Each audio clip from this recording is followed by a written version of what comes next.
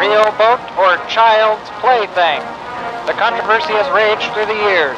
Shrouded in mocking doubt and unbridled ridicule, the famed story is further diluted by the church's own ignorance of the facts and refusal to tell the real story. Church after church is succumbing to faulty secular science and leaving their biblical foundation to crumble into a meaningless heap.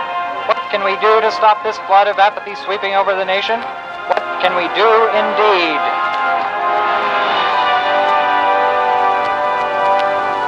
We remember it as a Bible story from Sunday school, the cute little ark in the shape of a bathtub, the giraffe's head sticking through the roof.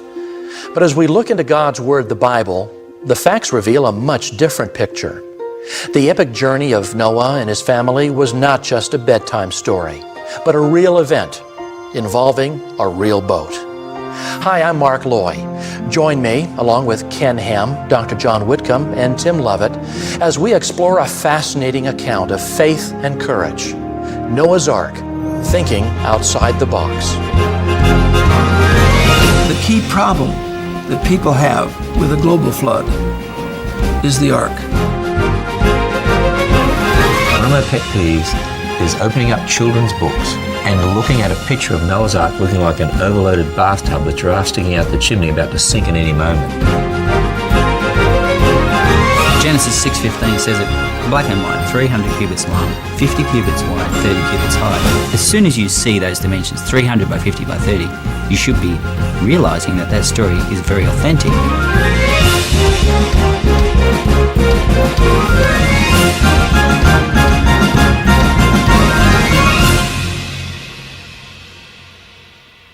Written in 1961, the book, The Genesis Flood, was a monumental turning point in how Christians viewed the story of Noah, the ark, and the flood. Henry Morris and John Whitcomb co-authored this work and established a scientifically viable explanation for the worldwide flood and the ark that survived that global catastrophe. Although Dr. Morris went to be with his Creator and Lord in 2006, Dr. John Whitcomb continues to lecture and teach on this intriguing subject. He joins us to reminisce about Henry and their historical book. In the fall of 1953, a great hydrodynamic engineer, a creation scientist named Henry M. Morris came to our campus at Winona Lake, Indiana, gave a fantastic lecture on the Genesis flood that really caught my attention. You mean the flood of Noah's day could have covered the whole world, have been the instrument under God of transforming trillions of creatures into fossilized forms of plants and animals, marine creatures. And we then decided to co-author our book, The Genesis Flood, which was published in 1961. We became deeply amazed and respectful of the Genesis record of the flood and Noah's Ark. Pulled from a dusty shelf in a small Christian bookstore, the Genesis Flood held a particular interest for a young science teacher in Australia. Ken Ham, the founder of Answers in Genesis, owes a debt of gratitude to Whitcomb and Morris for their groundbreaking work. Along with the godly influence of Ken's father Mervyn and God's infallible word, Ken was deeply impacted by the ideas of Whitcomb and Morris. In fact, they helped plant the seeds that would blossom into a worldwide creation ministry. There's no doubt the Genesis Flood is a historic book in this world. It's a book that goes down in the history of Christendom as the book that really started the modern creationist movement that is now spread around the world. And I believe the modern creationist movement, the modern biblical creationist movement, is really a ministry for this era of history. Whitcomb and Morris showed the world that the biblical ark was large enough to hold all the land-dwelling, air-breathing animals. They also established that the biblical dimensions of the ark gave it the needed proportions to be a truly seaworthy craft. While the initial box shape was certainly a step in the right direction, Dr. Whitcomb admits that the box design could be improved upon. Henry Morris did the engineering part of our book, and he simply took the dimensions given, of course, 300 cubits long, maybe 450 feet approximately, the width, 50 cubits, the height, 30 cubits, and just assume from those three dimensions given that you have a rectangular shape. Now, the refinements of that, of course, God didn't record in the text, and so that is left to our evaluation analysis as we think through the issues today. We need to distinguish between holding on to items that the Bible clearly references, clearly talks about, statements the Bible clearly makes, which we adhere to and we don't change, but being prepared to be flexible in regard to man's models that are built upon the Bible. The ark in the shape of a box also gained popularity in 1976 when a documentary, In Search of Noah's Ark, was released. This film also presented the shape of the ark as box-like, but that conclusion came from unsubstantiated eyewitness accounts and a few blurred photographs of a structure on Mount Ararat.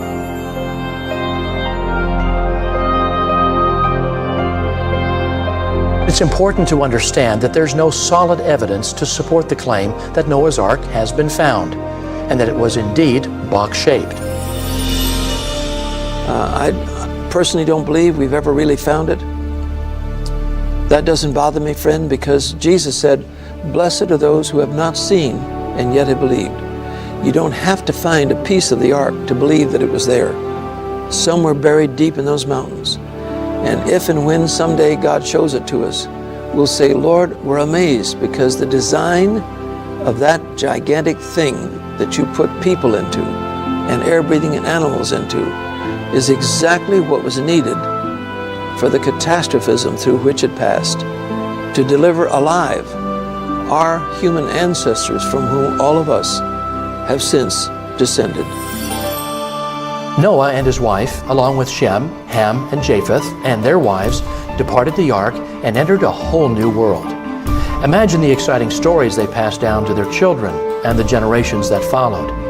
Distorted by repeated storytelling, these accounts, found around the world, have fallen into the category of ancient myths and legends. Although they're only shadows of the actual event, the bits of truth they do contain coincide dramatically with the real story. I remember one of the first times I went to the Brisbane Museum in the city of Brisbane in Australia, and I saw this interesting series of books about Aboriginal myths and legends concerning the Australian Aborigines, their Dreamtime legends that were handed down. And so I bought the books and I started to read them. And as I read them, I was amazed because I thought I was reading Genesis 1 to 11. I mean, it was a little different, but there was a story there about a global flood and a man who built a boat and 3 sons on the boat and so on, a rainbow at the end of the flood. And the reason that you see so many different legends and different cultures around the world, and even going back to the Babylonians, that sound just like Genesis 1 to 11, is because they have a basis in truth. The story of Noah's Ark, written before Genesis was written by the Babylonians in the Gilgamesh epic, which has been discovered in cuneiform tablets, tells us that the ark was built in 7 days by Utnapishtim and was a cube 180 cubits on each side. There's a contradiction when you claim that the Bible got its story, the source of the story for Noah's Ark comes from these other legends, because these other legends have got lots of mistakes in them. They say silly things like they're making a ship which is a cube, and other mistakes which are quite obvious. The proportions in the Bible are very realistic, so realistic that those proportions happen to match a modern cargo ship. And we wouldn't expect that. If that was a made-up story, we wouldn't expect them to accidentally come across 300 by 50 by 30 cubits as the proportions of this imaginary vessel. For example, when they make cargo ships, 50 by 30 would be just the typical proportion you'd see in the cross-section of a cargo ship. Gives you about the right stability, not too much, not too little. In fact, those proportions are so good that one of the naval architects that I've been working with, he actually realized that Genesis was literal because of those proportions in Genesis 6:15. The Bible is quite specific on the ark's dimensions, but it doesn't go into detail regarding its shape. The only possible allusion to the ark's shape in the Bible would be the Hebrew word teva. Some have claimed that the definition of this word is box, but that's not necessarily true. The word for ark in the Bible is teva, which nobody knows what it means. Teva only appears twice in the Bible. It appears for Noah's teva, and also there's the teva for Moses' baby basket. In Hebrew vocabulary, as in any language, the meaning of a word is more and more precisely understood the more often it's used in different contexts. But when it's only mentioned a couple of times like that, we have a God-anointed and approved imagination to fill in the details that are not given by the understanding of the exact word itself. Well, it doesn't necessarily mean box, because Moses' baby basket was just a little basket. Tim Lovett, a mechanical engineer and supervisor of the Ark exhibit at the Creation Museum near Cincinnati, began his quest to come up with a possible description of an ark design that would complement Noah's shipbuilding abilities. What was the technology like at that time before the flood? Well, there are a couple of clues in the Bible. First of all, the long lifespans. If a person lives for centuries, they're going to be very competent. They're going to be great at a lot of different things. Also, they're very healthy. To live that long, it implies that you would be a very healthy person, good concentration, healthy body, etc. So you're very capable and able to output a lot of work. The Bible makes it absolutely clear that the first people in this earth were the most brilliant people. Technology, of course, had not increased to the extent it has today, but the intrinsic brilliance of man is such that even Tubal-Cain, long before the flood, was an inventor of every cutting instrument of brass and iron. We would expect that the technology was probably a similar level to ancient Egypt, ancient Greece, China, for example, and perhaps similar to the pre-industrial revolution in Europe. Noah, with the available technology and tools and help available to him to build this, over the 120 years that God gave him, was perfectly capable of building such a gigantic ark.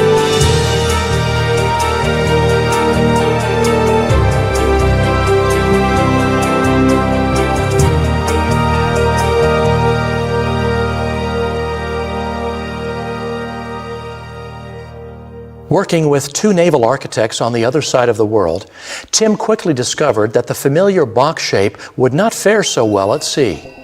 The flat sides and bottom would give the passengers a very rough and even dangerous ride.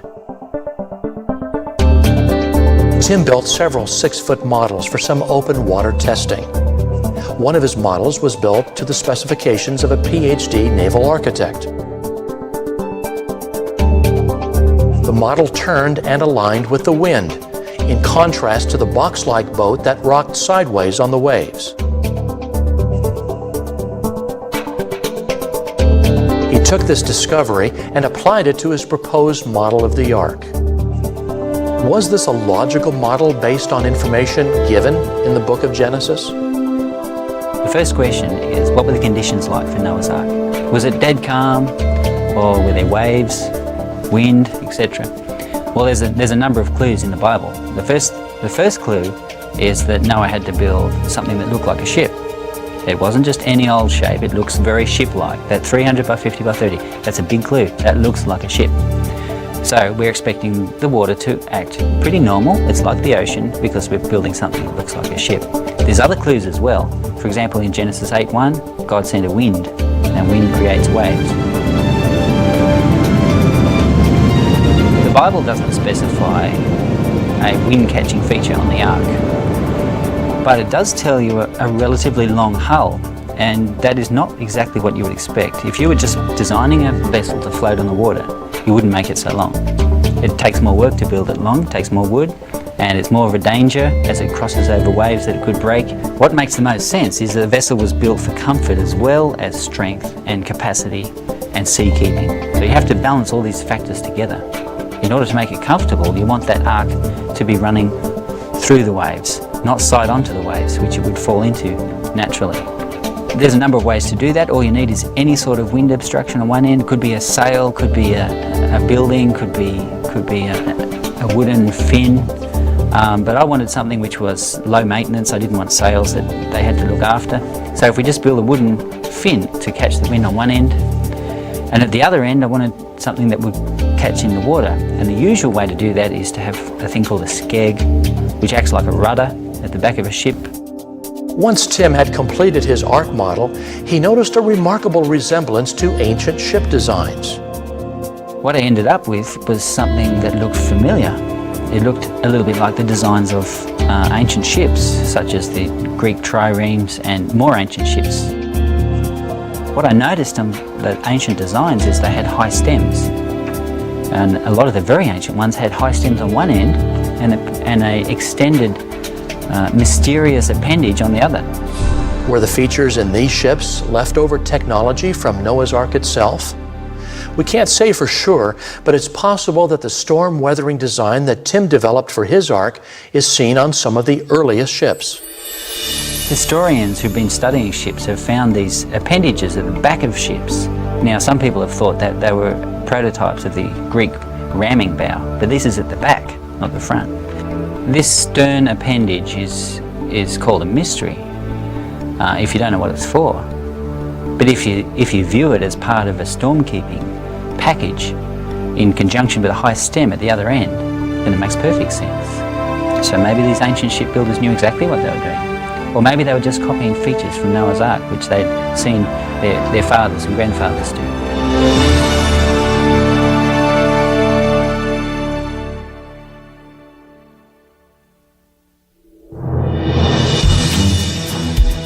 What about the construction of the ark itself? How could such a large wooden boat hold together, especially in rough seas? A recent documentary produced by the BBC scoffs at the idea of a wooden vessel 300 cubits long.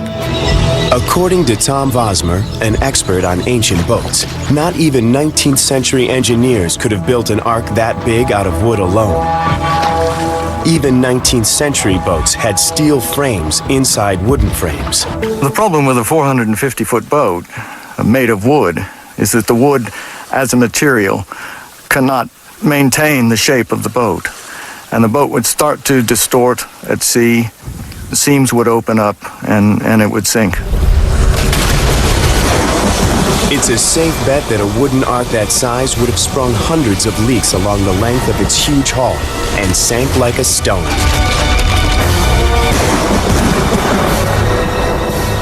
One of the things that seems to bother people who are against the literal interpretation of Noah's Ark is the scale of the ark. One of the things that they say is you can't build a wooden ship that big.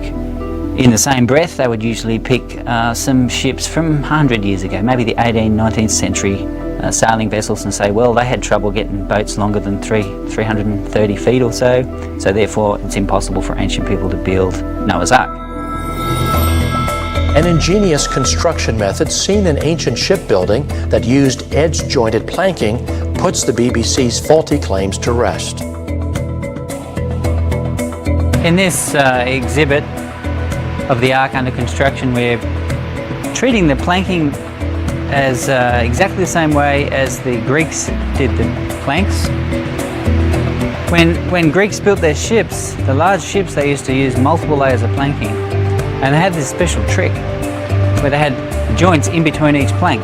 And you can see the joint here, they're a tenon, and they fit into a mortise in the adjacent plank. And that locks the two planks together. There's no way they can move, there's no way that they can break a seal and let the water in. This is a very advanced technique. In fact, it wasn't even seen at all in any of the ships built in the last few centuries in Europe and America. We believe this method would allow the ship, the Noah's Ark, to be built without any problems at all with movement of the planks and leaking, which did plague some very large wooden ships. Interestingly, wooden nails, called tree nails or trunnels, are actually a very successful way to join planks to the frame. The reason these work so well is because, first of all, they're a nice big diameter so it doesn't dig into the wood. But what happens is when water hits the wood expands, seals off the hole and makes it impossible to remove. Now that's a lot of work. It's too much work for the shipbuilders in 18th, 19th century. They weren't going to bother with that. And that's why their ships used to loosen up. In fact, they used to call the ship a tight ship, because when they first started it was nice and tight. All the joints were held together because they hammered the cotton and they hammered the caulking in between the planks, which made the ship tight. But after a while it became, well, a loose ship. The ancient Greeks, however, had much higher quality in the hull. They built the hull with planks that were mortise and tenon, threw out thousands of mortise and tenon joints. It doesn't take any high technology, it just takes more labour.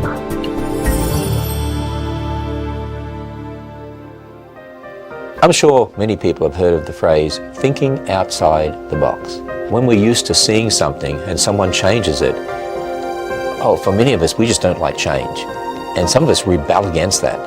That's why when I've had people come into the Creation Museum and see the slightly different shape of Noah's Ark, it's almost like, this is terrible, this is awful, you can't change what Drs. Morris and Whitcomb did. We're really just following in their footsteps, developing new ideas based on more information as we research Noah's Ark as a real vessel in real history. Noah's Ark, real ship or child's plaything? The Bible clearly teaches that it was a real account. But are we correctly teaching this to our children? One of my pet peeves is opening up children's books and seeing the account of Noah's Ark, Noah's flood, and looking at a picture of Noah's Ark looking like an overloaded bathtub with giraffes sticking out the chimney about to sink at any moment. It makes sense in a children's room to paint Noah's Ark in a cartoon style. It's friendly and bright and exciting. But there's a dark side, and that is that these children grow up into adults, and on their way, all they can remember is this cartoon picture of the Ark. What happens today is we have whole generations who are growing up in the church and they sort of look on what they're taught from the Bible as just a group of stories. Because when they go to public schools, the majority do go to public schools, even from the church, they're taught about dinosaurs and they're taught about fossils and they're taught about the Grand Canyon, and they sort of get the idea, what you're taught at school, that's real. But at church, we learn about these Bible stories. And one of these Bible stories is about Noah's Ark. And it was a cute little ark and a cute little bathtub ark and so on. We need to teach children that Noah's Ark was a real boat, just as the Bible describes it.